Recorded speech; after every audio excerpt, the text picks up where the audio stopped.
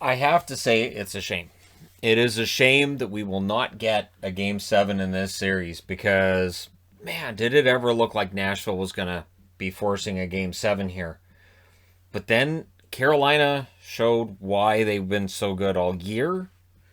Carolina's now going to play Tampa. That series should be absolutely fantastic. It means my bracket's not completely broken.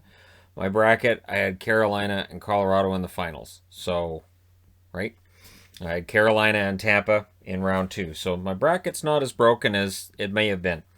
But yeah, loud fans, catfish on the ice before the game. We're into this. 14,107 in attendance in Nashville, and it was loud, and it was huge. The one thing I've always thought though, I know fans and players have this good synergy together, right? And that a really good building can get players going. I always got the feeling too that that really loud building can get the opposition going as well. It just adds more energy to the game in general. If you look at home and road records this year, they weren't that far off of normal seasons, and that was without fans in attendance in a lot of cases. So Saros was tested in the first minute. Not that they qualified it as a shot, but I thought he was tested. Cousins then scores from Howla and Harper at 144, and that's huge, right? They get off to the early start. It's something that Carolina's going to have to work on. Their starts to periods, not good. It just they've got to work on this because in the next round, you don't want to be doing that. Predators then pressed for another. However, McGinn would score from Nachas at 4 minutes and 20 seconds. So Carolina doesn't let the Nashville Predators get away with this early in the first period, right?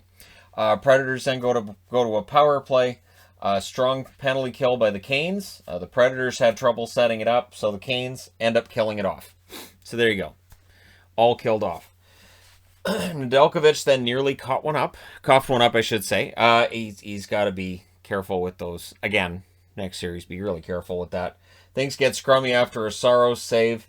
And then the shots at 11 minutes were 6-4 in favor of Nashville. So Nashville driving a lot of the play throughout that first 11 minutes. Predators fast break.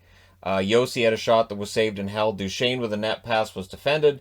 Hakanpää's shot was stopped. The Canes would press with 4 minutes and 30 seconds left.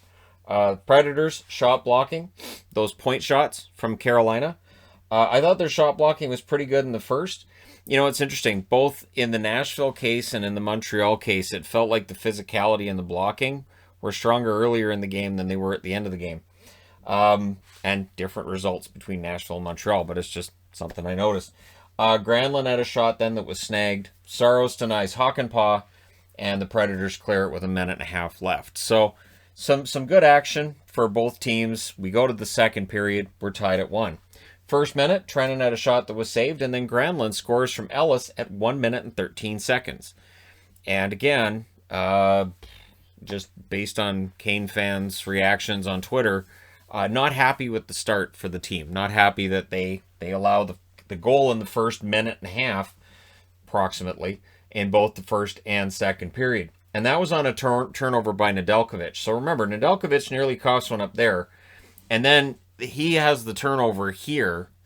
So Nedeljkovic might want to be more careful. And he almost mishandled another one right after that. So for Nashville, he's kind of handing him off. He's doing his version of Sandin from the Toronto game earlier tonight. Ekholm then fires one wide. Things get scrummy. Howla involved again. Howla, this whole series, was just an agitator. He was an agitator throughout. That Carolina clearly doesn't like him. The feeling appears to be mutual. And it made things really entertaining. I've got to be honest. This is that whole... We've talked about this during every other regular season coming to this one. That when teams really don't like each other and there's players that really don't like other players, it makes hockey more entertaining. And next year, when we go back to a regular schedule and we've got all 32 teams playing against each other, a lot of this will disappear out of the game because they're just not going to see each other all that often. And I think there needs to be a balance. Like, we don't want to see it get as ugly as it has in some playoff games, these playoffs, but man, we like to see some of this fight, don't we? Like to see players that really don't like each other, like Howla against the entire Carolina Hurricanes.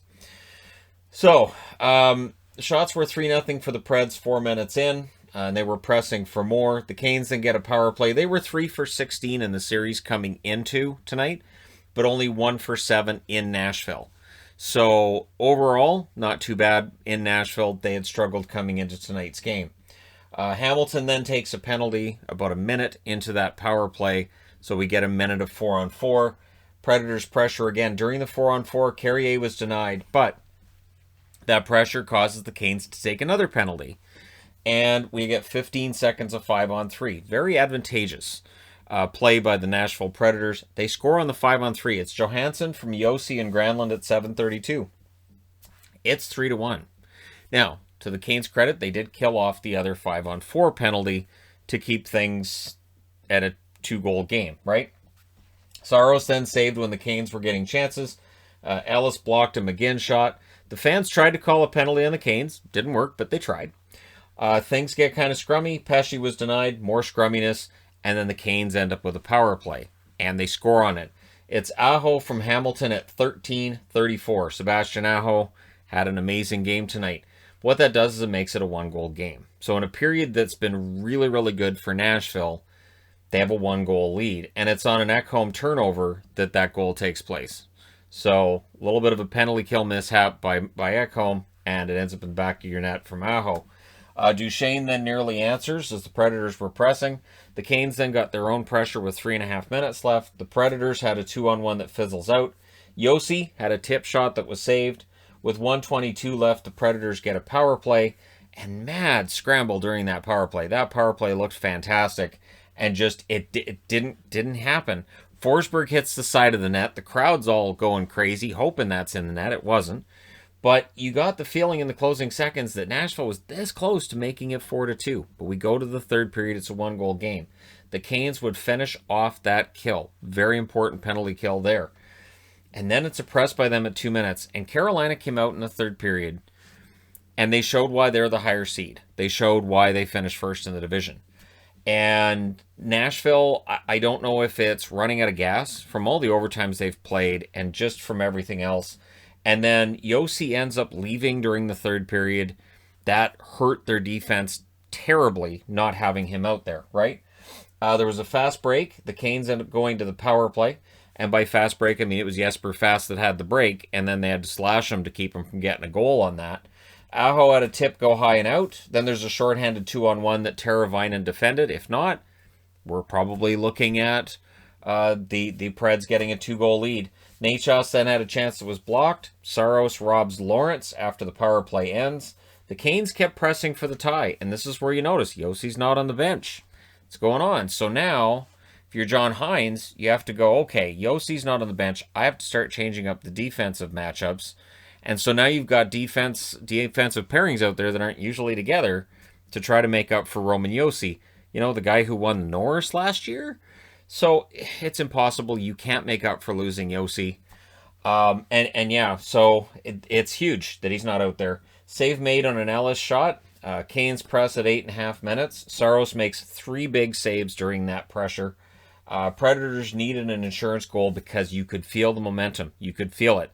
Carolina was on its way. And then Hamilton scores from Slavin and McGinn at 13:59.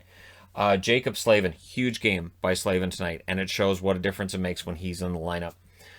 Great pass by Slavin. Hamilton just deposits it into the net. No chance for Saros on that one. And yeah, Yossi not in the game at this point.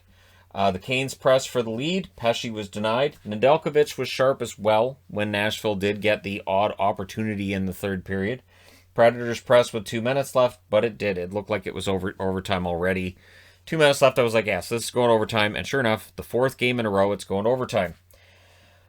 In overtime, Nashville gets the first shot. And I'm like, okay, so this is going to settle down. This is going to settle in.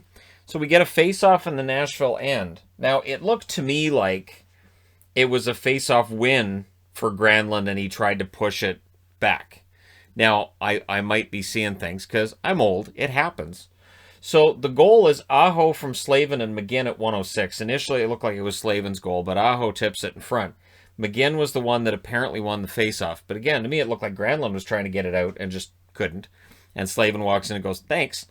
And it was over the glove and in. And it was from an odd angle. And it's one of those reasons why when fans are yelling shoot, this is one of the reasons why. Where it's you're not looking for the perfect angle, you're not looking like if it was a defenseman that didn't have confidence in their shot, there's no way that you take that shot from there. And so Slavin with the shot, Aho with the tip, it's in the net.